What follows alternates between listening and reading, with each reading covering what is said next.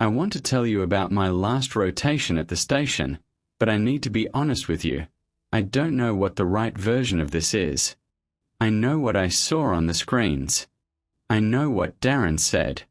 I know what we decided to do on the 7th night, and I know what happened after that decision. But I can't give you the part where it all makes sense, because I never got that part myself. The station was called NWR 16. North Warning Relay, Site 16. It sat on a gravel pad about 40 kilometers south of the coast, in a stretch of Nunavut that doesn't look like anything. Flat. Rock. Lichen the color of rust. In October, the light lasts maybe 5 hours, and even those 5 hours feel secondhand, like the sun is showing up out of obligation rather than physics. There were 4 of us on rotation. Me, Darren Voss, Casey Tibbett, and a new guy, Hollander. First name Marcus, though nobody used it. We'd flown in on a Wednesday. 6 weeks on, 6 weeks off. The helicopter put us down, left our cargo skid, and pulled out before we'd even gotten the equipment bags inside. That's how they do it. Fast, because the weather can change in 20 minutes and strand the bird. Our job was maintenance and monitoring. The radome, this big white sphere sitting on a steel lattice, housed a long-range surveillance radar. We didn't interpret the data. That went south by satellite link. We just kept the thing running. Replaced parts. Ran diagnostics. Logged anomalies that the software flagged and reported anything that seemed out of spec. The site had a main building, prefab, insulated, about the size of a double-wide trailer, with a small kitchen, a bunk room with 4 beds, a common area with a table and some books from the 1990s, and a monitoring room where 2 screens showed the radar output in real time. Green sweep. Familiar if you've ever seen a movie about it. Except ours was modernized. Software overlay, digital azimuth readout, clutter filtering, Doppler mode. Still, the sweep. Still, the slow green hand going around and around. There was also a generator building about 30 meters away, and a storage shed. Between the main building and the radome was a gravel path that took about 4 minutes to walk. The wind made it feel longer. That was it. That was the world for 6 weeks. The rules were nothing dramatic. They were in the binder. Page 3, laminated, behind the emergency contact list and the medevac protocol. 1. Do not disable the radar for longer than 12 minutes. If maintenance requires a longer shutdown window, contact logistics south before powering down. 2. All exterior work to be performed in pairs. No solo trips to the radome or generator after sundown. 3. If the satellite uplink drops, restore within 4 hours. If unrestorable, switch to HF backup and report. 4. Any radar return that appears within 300 meters and persists for longer than 2 sweeps must be logged, timestamped, and reported immediately. 5. Do not open the exterior doors between 0200 and 0430 unless responding to a fire alarm or structural emergency. Those were the rules. They were printed in a plain font on a white card. Nothing underlined. Nothing bolded. They'd been laminated, probably years ago. The edges were soft and peeling. When I read them on my first rotation, 6 months prior, I didn't think twice. The 12-minute radar window made sense. The system had contractual uptime requirements. Working in pairs was standard cold weather protocol. The satellite uplink rule was basic operational continuity. The 300-meter logging rule was just documentation, probably to flag wildlife or vehicles that shouldn't be there. The 5th rule was the one that didn't fit. But Darren, who'd been coming here for over 2 years, just said it was a legacy thing. Polar bear protocol, he said. Something about them being most active in that window. You don't want to crack a door and find one standing there. And that made sense. It did. We were in polar bear territory. It wasn't unreasonable. So I didn't think about it. The first 4 days of that rotation were ordinary. We ran diagnostics. Hollander replaced a waveguide coupling that had corroded. Casey recalibrated the clutter filter. The ground return was bleeding into the lower elevation scans because of a temperature inversion layer that had settled in. Darren and I walked the cable conduit between the main building and the radome, checking for frost heave damage. We found some. Logged it. Reported it. We ate meals together. Watched a movie on Case's laptop, some thriller from the early 2000s. Played cards. Hollander was quiet but competent. He'd done rotations at NWR 11 and NWR 23, further west. He knew the work. If you're listening to this and it's late and you're still here, if this is the kind of thing you keep coming back to when you can't sleep, you might consider subscribing. There aren't that many of us who sit with stories like this in the dark. It's good not to do it alone. On the 5th night, I was in the monitoring room. It was my shift, 2200 to 0600. The screens were running normally. Sweep after sweep. Empty. The clutter filter was catching the usual ground return along the southern ridge, a low rocky escarpment about 800 meters out that always showed up as a faint static band. At 0118, a return appeared. It was close. Inside 300 meters. The system flagged it automatically, a small, solid blip, northeast of the radome. It appeared on one sweep, held through the second, and I was reaching for the logbook when it vanished on the third. I wrote it down anyway. 0118, single contact, bearing 042, range 220m. Duration, 2 sweeps. No persistence. Likely wildlife. That was my note. I initialed it. I didn't report it south because I hadn't met the threshold. 2 sweeps, not longer than 2 sweeps. The rule was specific. I looked out the window. Northeast. Dark.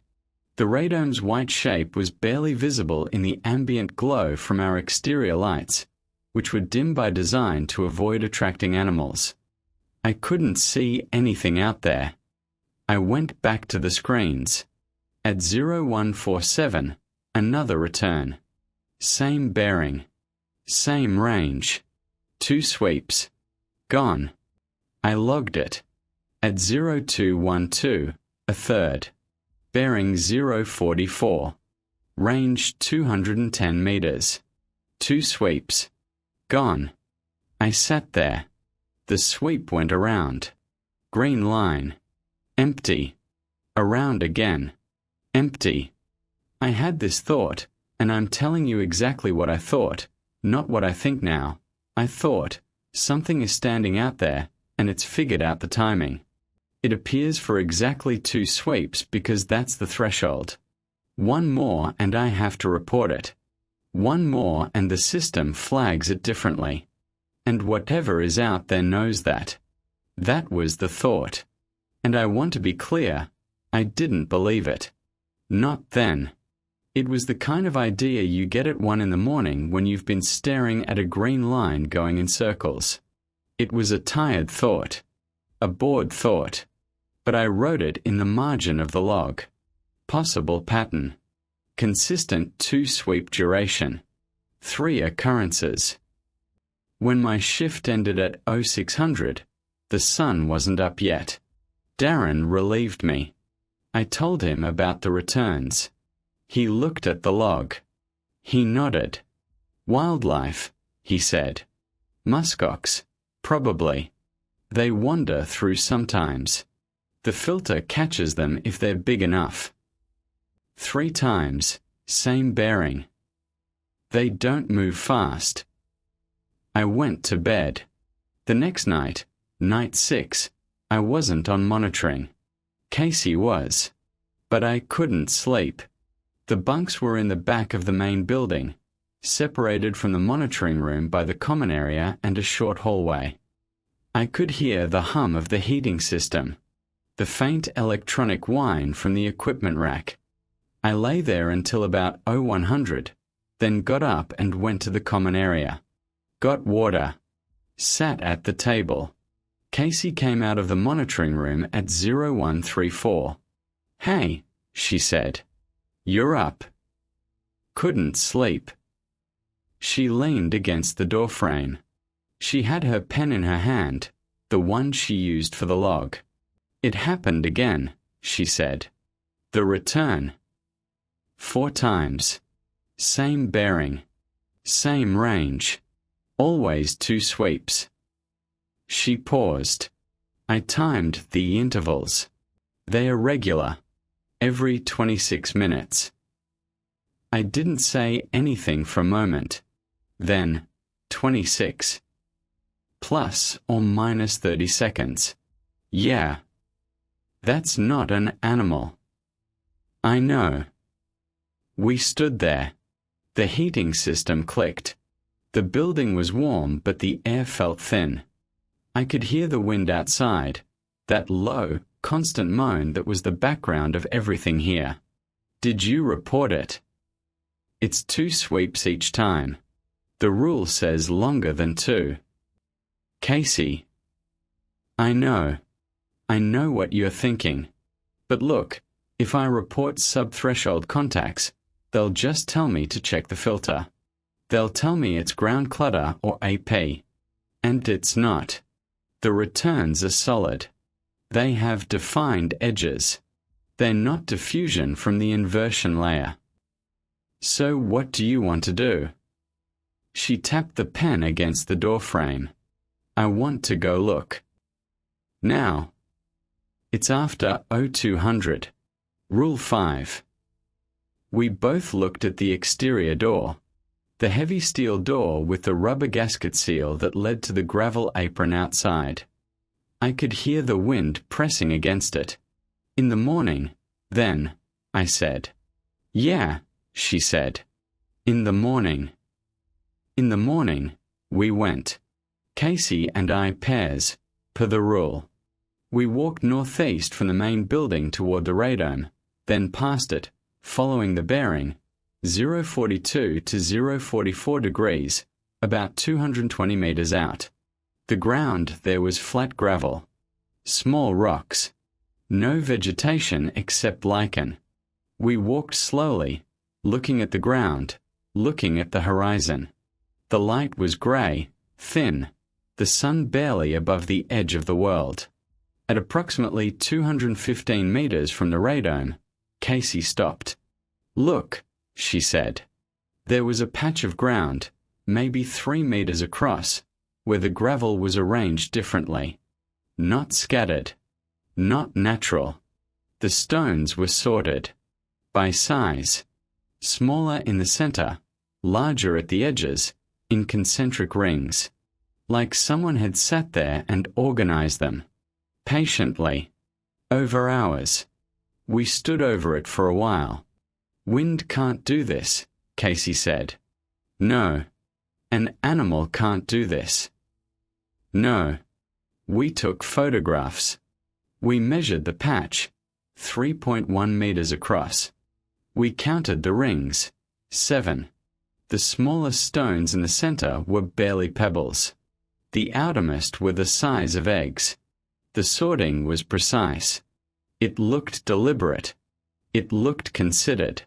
We walked back. We didn't talk much. In the main building, we showed Darren and Hollander. Darren looked at the photographs for a long time. Then he said, "I've seen something like this before." We all looked at him. Last year. 3rd rotation. April. Thomas was on crew. You don't know him, he transferred out. He found a patch like this near the generator building. Smaller. Maybe a meter across. We figured it was frost heave. You know, the freeze-thaw cycle can sort sediment by size. It's a known geomorphological process. Patterned ground, Hollander said. Sorted circles. Exactly. Casey shook her head. Sorted circles form over years. Decades. This one is fresh. The gravel pad was graded flat 18 months ago. I saw the maintenance report. There weren't sorted circles here last rotation. I walked this area. Darren didn't answer right away. He looked at the photos again.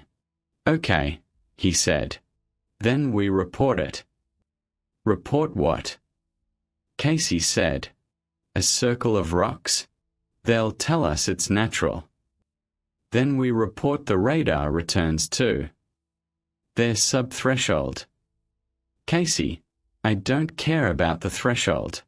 Something is out there. Something is showing up on radar at regular intervals and arranging rocks on the ground. I don't know what it is, but we report it, and we let someone else decide what to do. He was right. I knew he was right. And that should have been the end of it, for reasonable people doing the reasonable thing. But Hollander said something. He'd been quiet through all of this. Standing by the table, arms crossed, looking at the photos over Darren's shoulder. And he said, if we report, they'll send a team. A team means investigation. Investigation means they might shut the radar down. If they shut it down for more than 12 minutes, we lose our uptime window unless Logistics South pre-authorizes it. So, Darren said, so rule 1. They're going to ask us why we didn't follow protocol, why we investigated a subthreshold contact, why we left the building at night.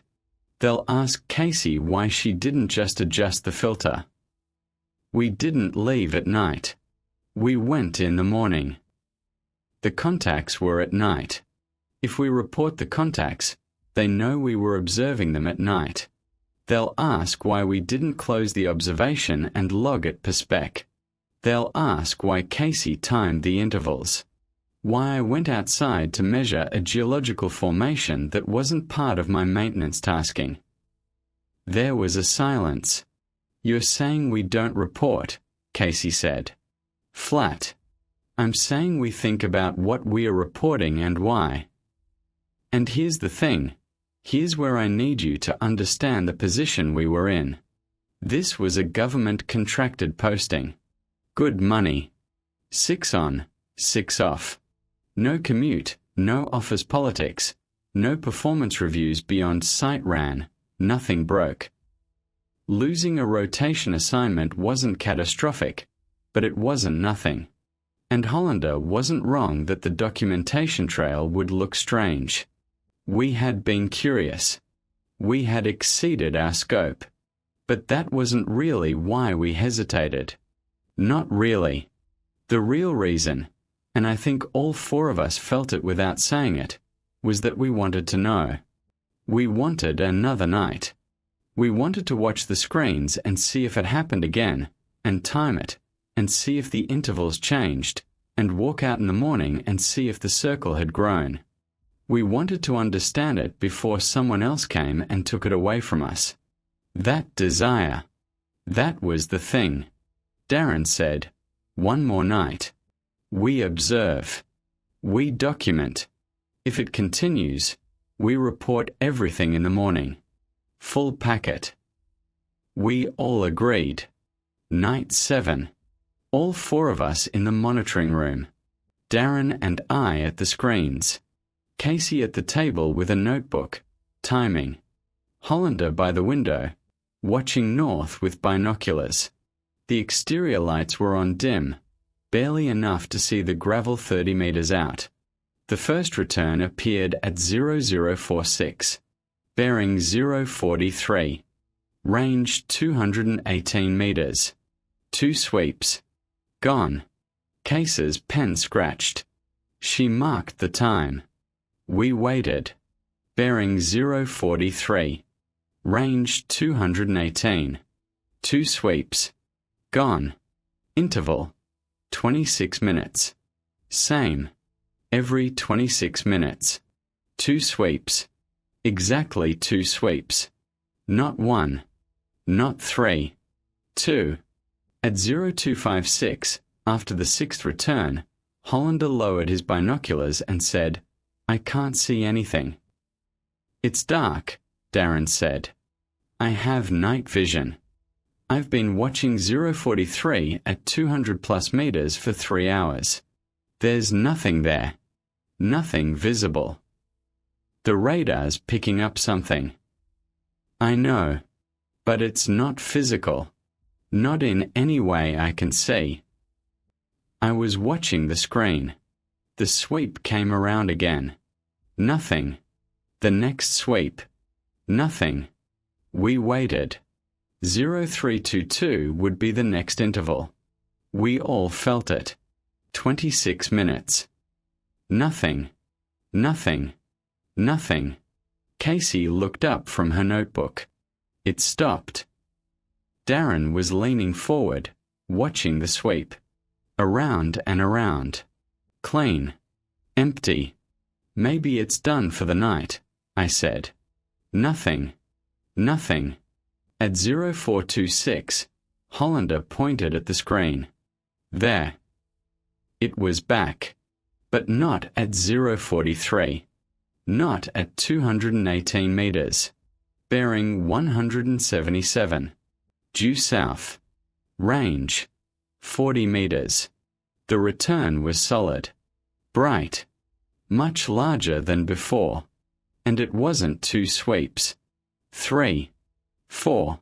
5. It stayed. Casey stood up. Darren reached for the radio. "That's inside the compound," I said. 40 meters south is. That's between us and the generator building. 6 sweeps. 7. The contact persisted. Solid. Unmoving.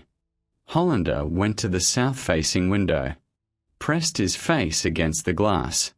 "I can't see anything," he said. "There's nothing there.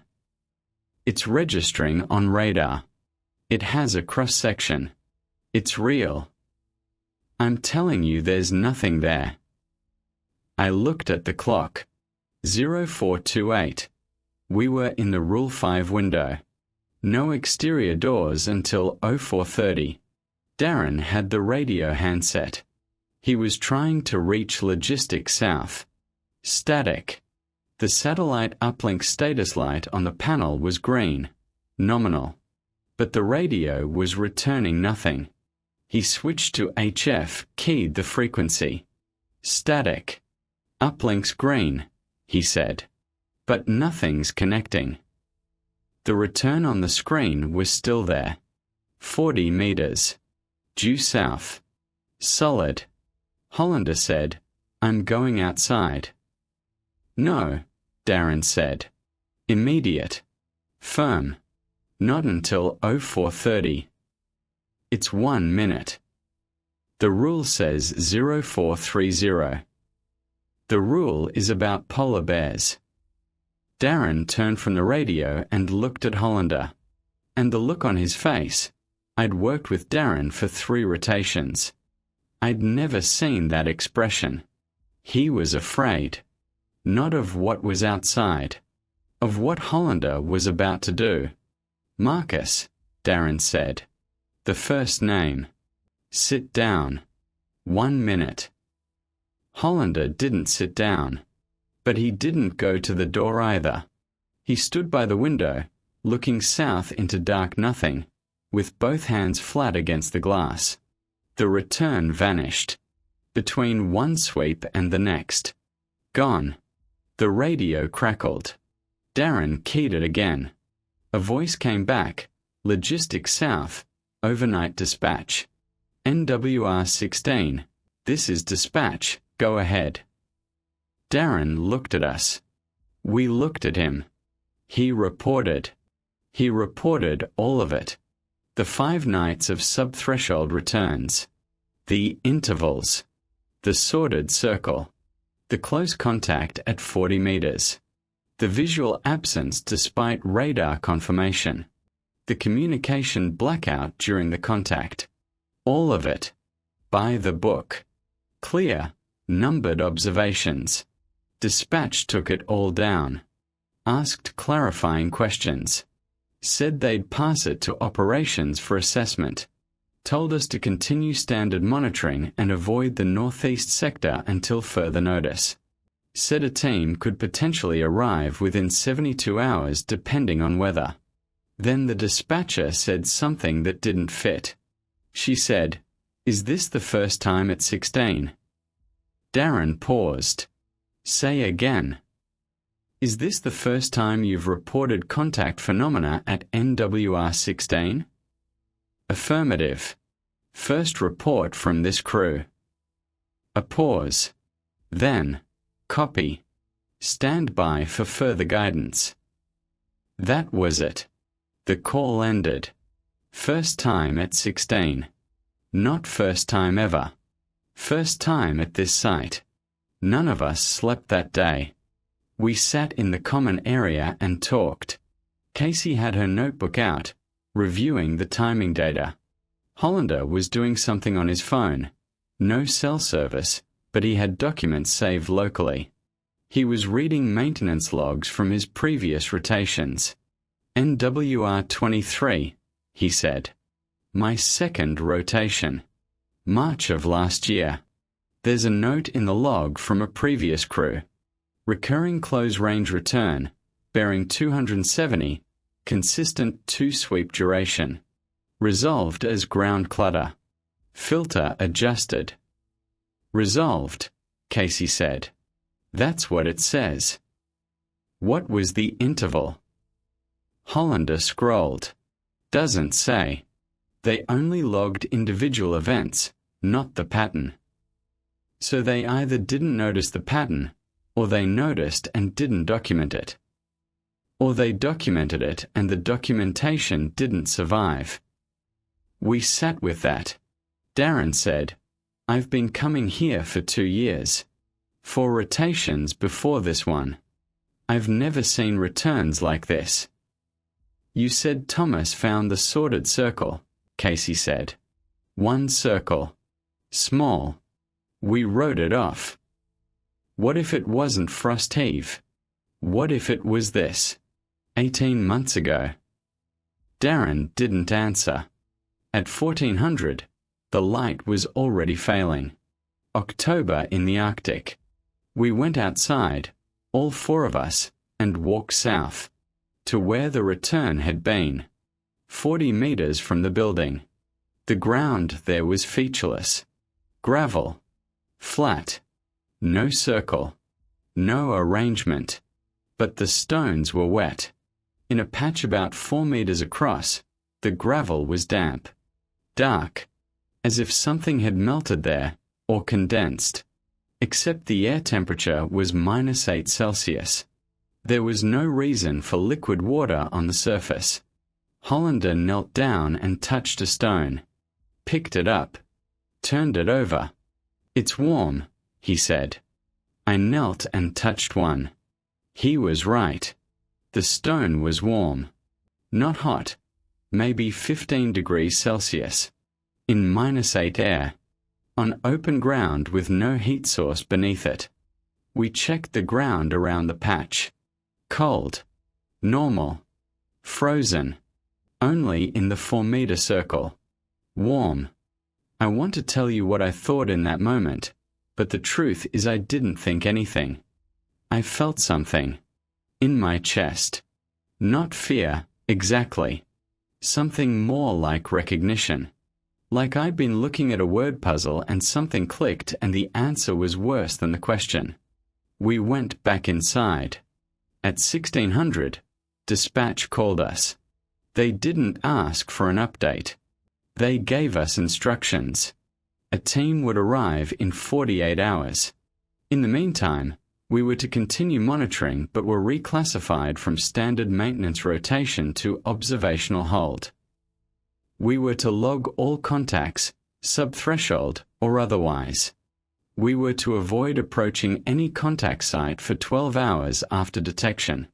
We were to keep all exterior doors sealed between 0000 and 0500. The window had been extended. And there was a new instruction. Number 6. It wasn't in the binder. It came over the radio, and Darren wrote it down on a yellow legal pad. If a contact appears within 100 meters and persists for more than 10 sweeps, power down the radar immediately and do not restore until directed by dispatch.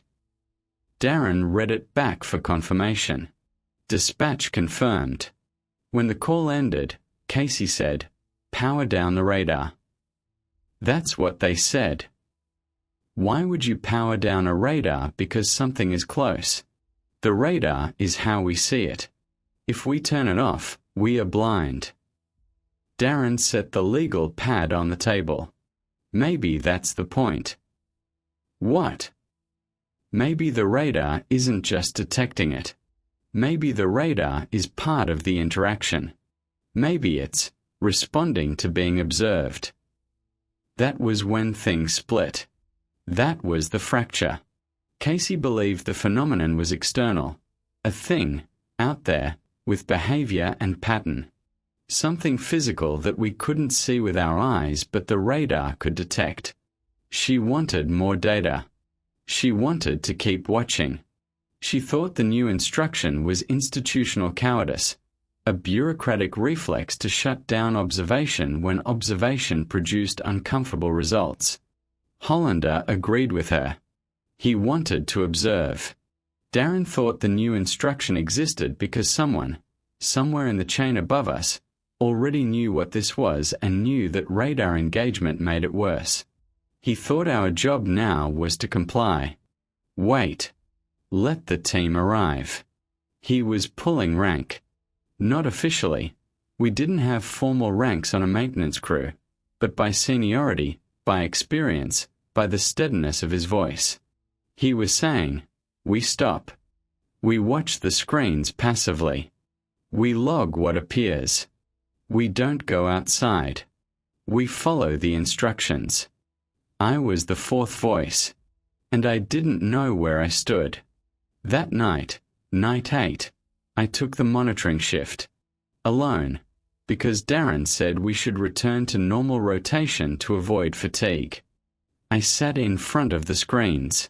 First return, bearing 043, range 218, 2 sweeps, gone. I logged it. Same, 26-minute interval. Consistent. I logged it. Same. At 0141, the second sweep resolved and the contact disappeared. Normal. Expected. But at 0142, 1 minute later, outside the pattern, a return appeared. Bearing 355. Almost due north. Range. 90 meters. I froze. It persisted. 3 sweeps. 4. 5. My hand went to the radio. Then stopped. The instruction said 100 meters, 10 sweeps. This was 90 meters. But it was only at 5 sweeps. 6. 7. I stood up. My chair rolled back and hit the wall. 8. I should wake Darren. 9.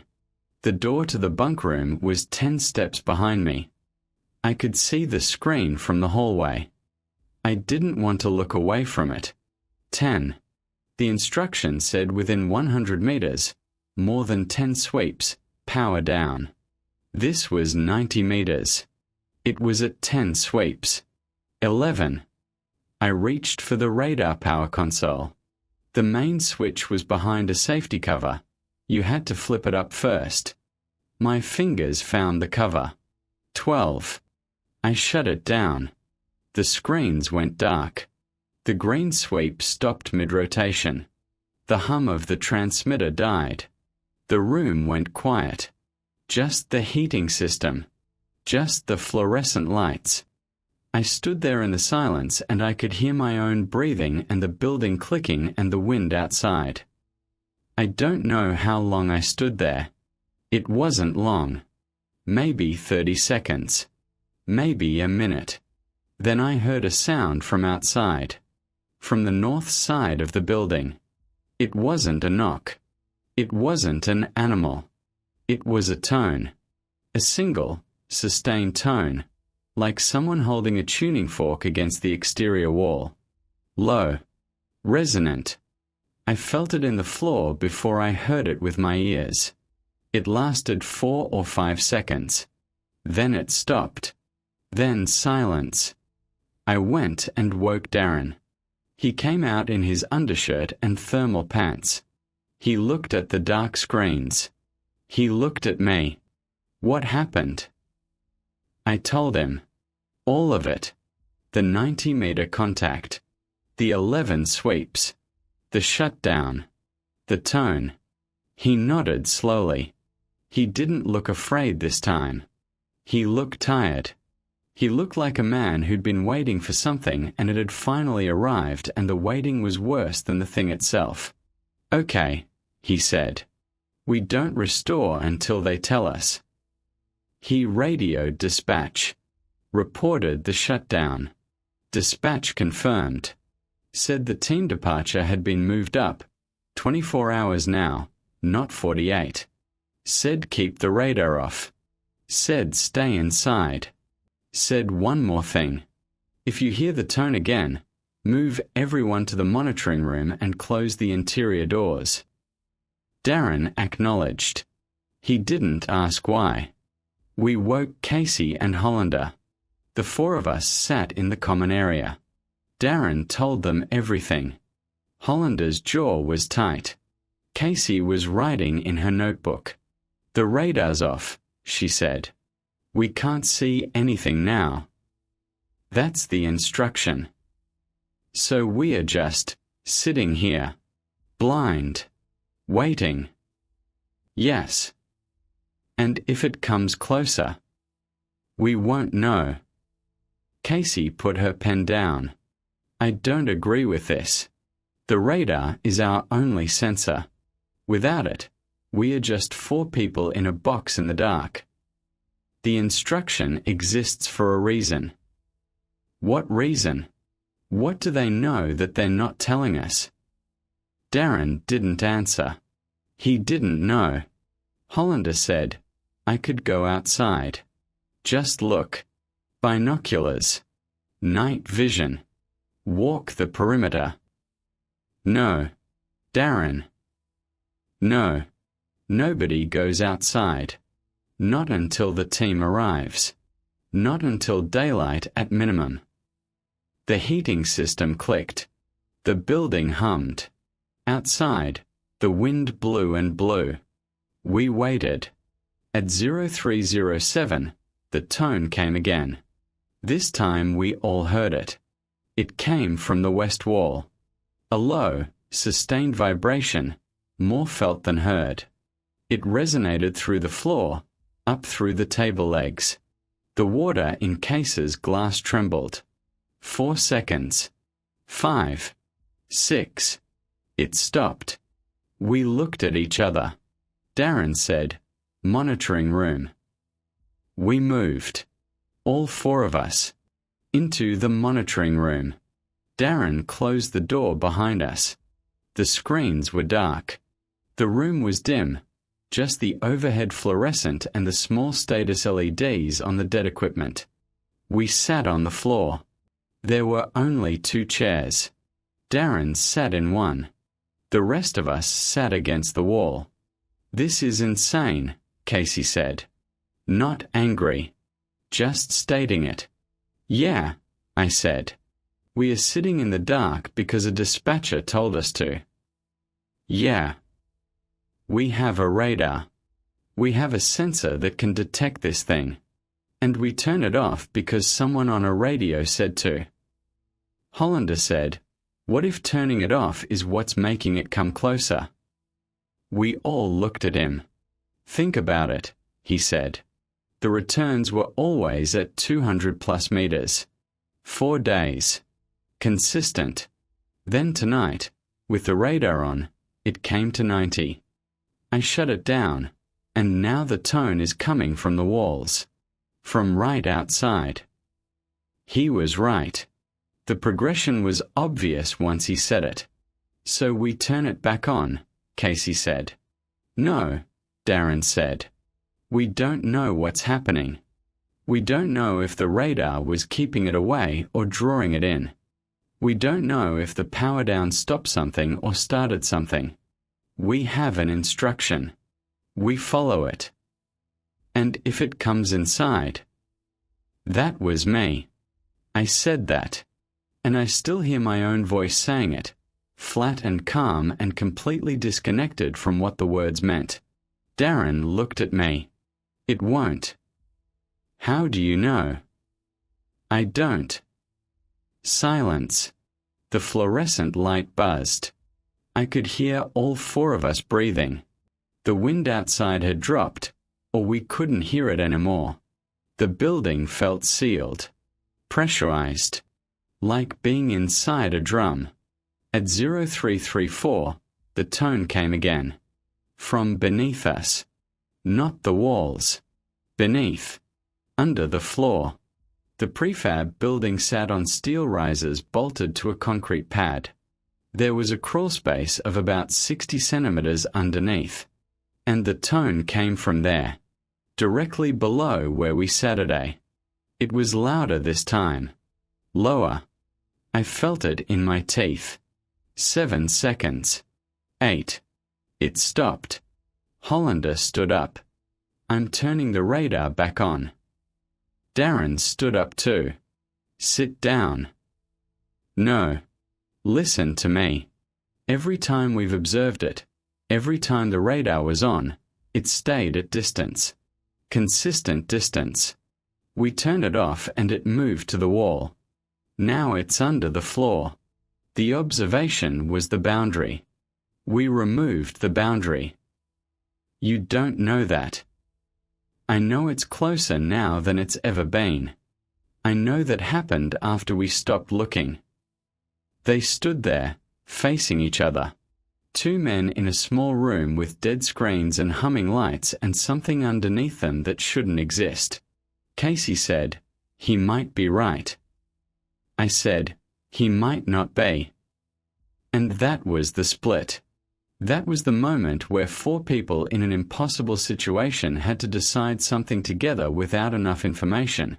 And the decision was binary. Turn the radar on, or leave it off. Watch it, or don't watch it. And either choice could be the wrong one. Either choice could be the one that made it worse. Darren said, if we turn it on and it makes things worse, we can't undo it. Hollander said, if we leave it off and it comes through the floor, we can't undo that either. At 0341, the tone came again. Below. Longer this time. 10 seconds. 11. The floor vibrated. One of the dead monitors rattled on its mount. 12 seconds. It stopped. Darren closed his eyes.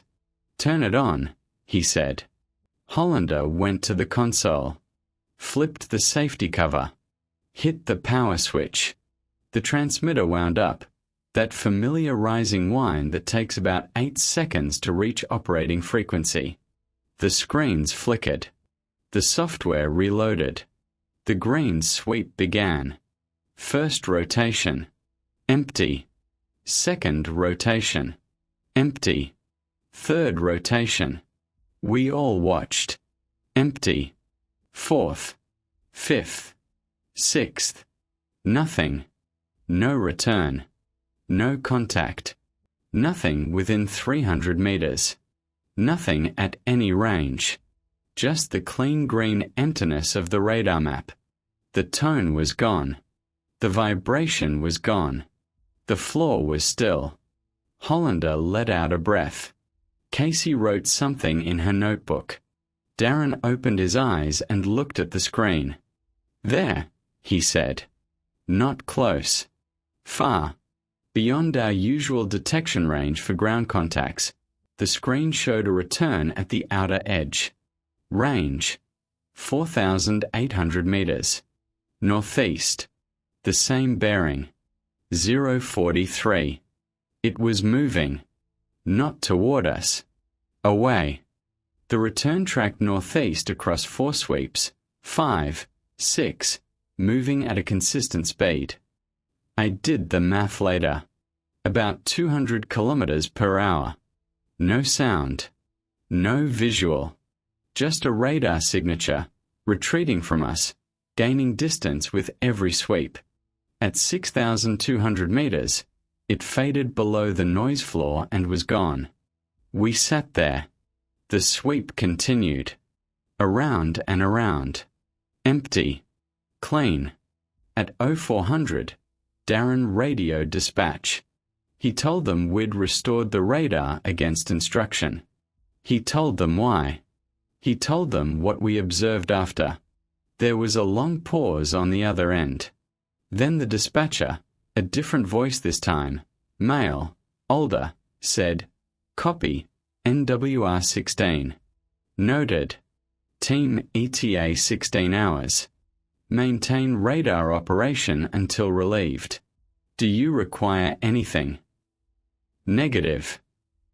Copy. Dispatch out. That was all. No reprimand. No alarm. No follow-up questions about the tone or the proximity or the floor vibration. Just, noted. As if it confirmed something they already believed. The team arrived the next afternoon. For people in insulated gear, no unit markings, carrying equipment cases I didn't recognize. They didn't introduce themselves by name. They spoke to Darren briefly, reviewed our logs, and asked us to pack our personal gear. We were being pulled off rotation. 2 weeks early. A helicopter was coming. Before we left, one of the team members, a woman, maybe 50, with close-cropped grey hair and a calm manner, asked me a question. Just me.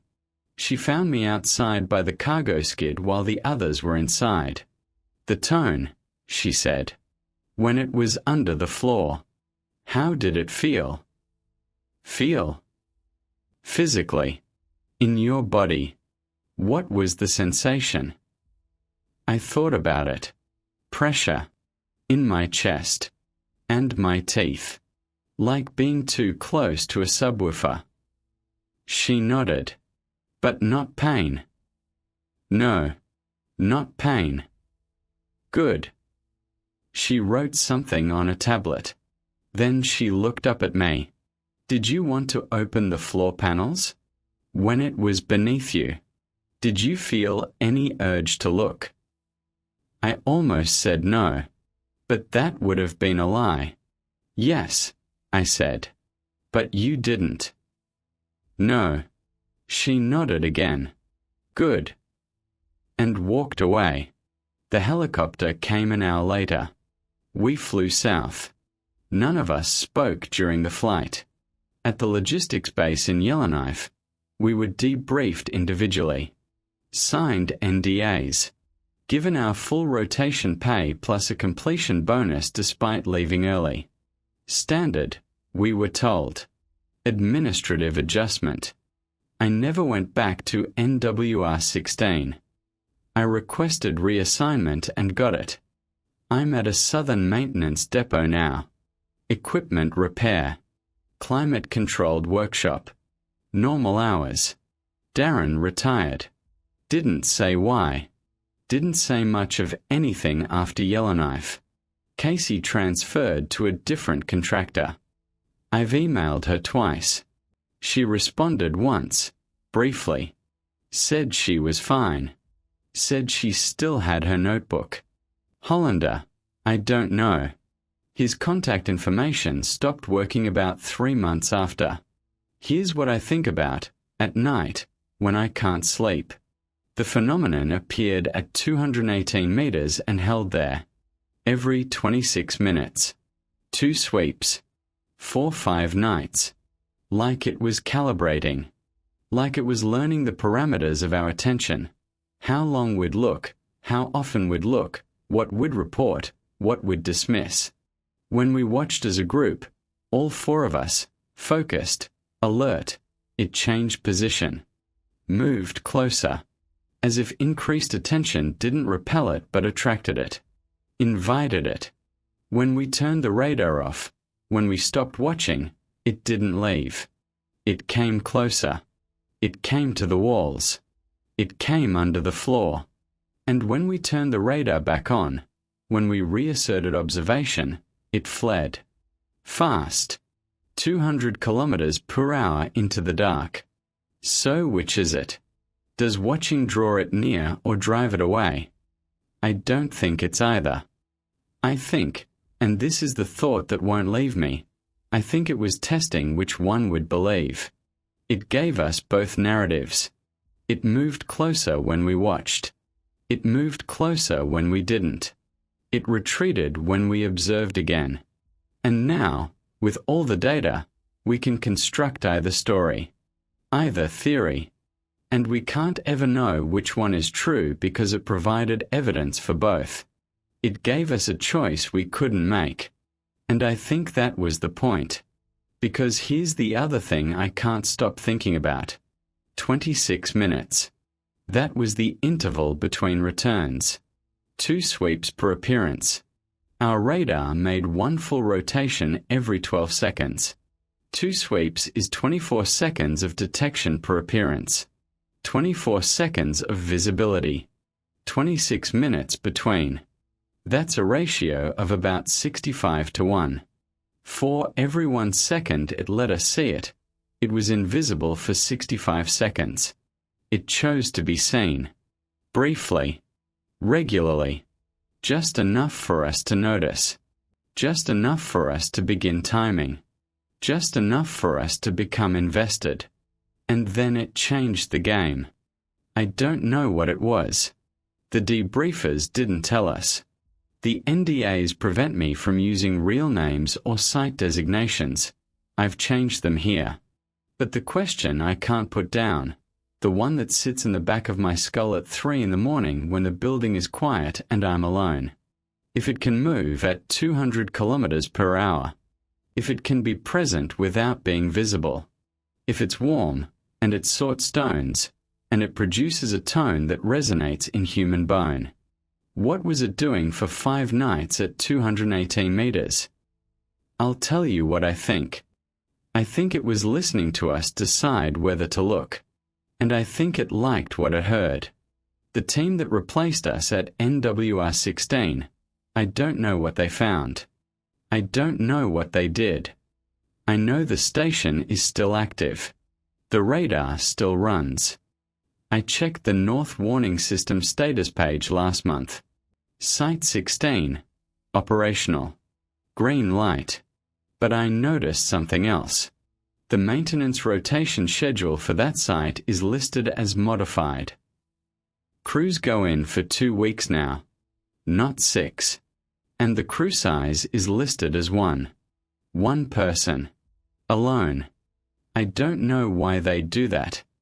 I don't know what protocol calls for a single technician at an isolated Arctic radar station. Unless the protocol isn't about maintaining the radar at all. Unless the person isn't there to watch the screen. Unless they're there to be watched. I haven't slept well since October. I keep the lights on. I work days now. I live in the city. There's no radar here, no sweep, no green line going around and around. But some nights, usually around 3 in the morning, I wake up. And the air in my apartment feels warmer than it should. And I lie there, very still, and I listen. And I count. 26 minutes.